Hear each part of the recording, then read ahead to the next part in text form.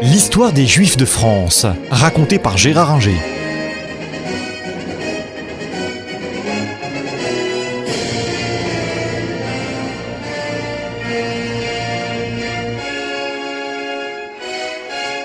Pape Clément, Chevalier Guillaume, Roi Philippe, d'ici 1 an, je vous convoque au tribunal de Dieu pour être jugé. Maudits, soyez maudits jusqu'à la 13e génération. C'est ainsi que commence le feuilleton Les Rois maudits, que vous avez sans doute vu à la télévision.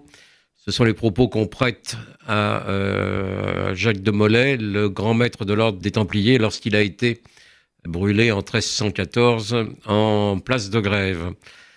Les Templiers ont subi en fait le même sort que les Juifs de France à l'époque du roi Philippe le Bel, car ils ont été dépouillés et ils ont été pourchassés pour être dépouillés, et c'est ce que Philippe le Bel a fait également avec les Juifs de France. Philippe le Bel n'était pas du tout animé par des sentiments religieux anti-juifs comme l'était son grand-père Saint-Louis. Lui, ce qui l'intéressait, c'était les finances. Et donc, en ce qui concerne les Juifs, leur argent. Quand il a épousé la comtesse de Champagne, il a ponctionné les Juifs de Champagne en 1288. Quelques 10 ans plus tard, il a imposé une taxe spéciale de 2% pour les Juifs, en plus des autres taxes habituelles.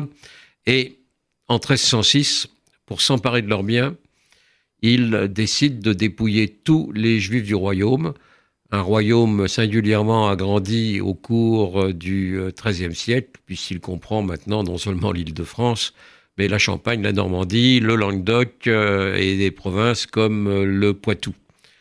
Alors l'opération de dépouillement, comme elle le sera l'année d'après pour les Templiers, est menée dans le plus grand secret, de manière à ce que les Juifs ne puissent pas cacher leurs biens au moins mobiliers.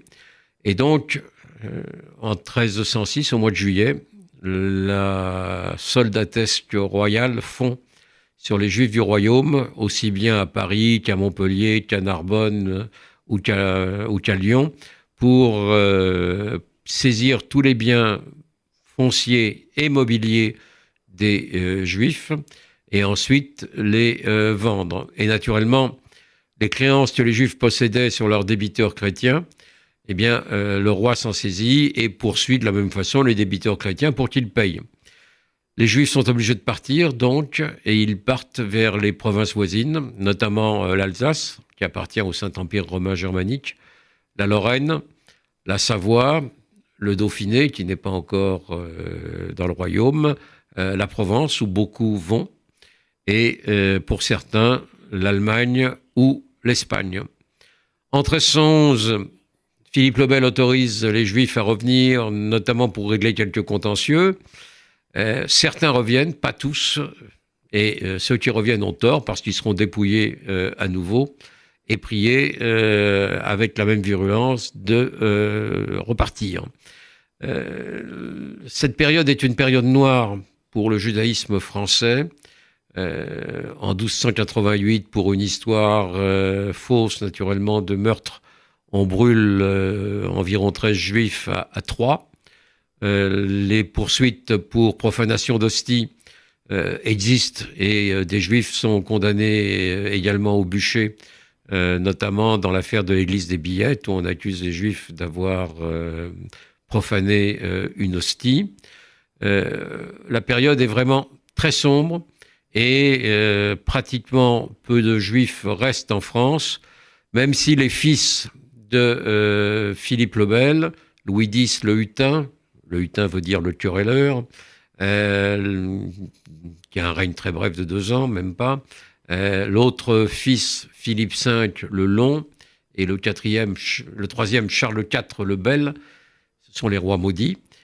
Ces rois font revenir les Juifs, essayent au début d'être tolérants avec eux, mais ne le peuvent pas vraiment malgré leur volonté, parce que à l'époque, il y a véritablement une volonté populaire de combattre les Juifs. L'Église qui a mis des siècles avant d'inculquer la haine des Juifs au bon peuple de France y est parvenue. Et donc, par exemple, quand il y a une jacquerie en 1320, ce qu'on a appelé la croisade des pastoureaux, des pasteurs, des bergers, ceux-ci s'en prennent aux Juifs, s'en prennent aux lépreux et les accusent ensemble, Juifs et lépreux, d'empoisonner les puits. Et cela aboutit à de nouveaux massacres qui continueront de plus belle sur les quelques Juifs qui restent en France, mais on verra la même chose en dehors du royaume avec la Grande Peste, la peste noire qui à partir de 1348 va décimer un tiers de la population européenne. Les Juifs mourront comme les autres, ça ne les empêchera pas d'être accusés d'avoir empoisonné les puits pour répandre la peste.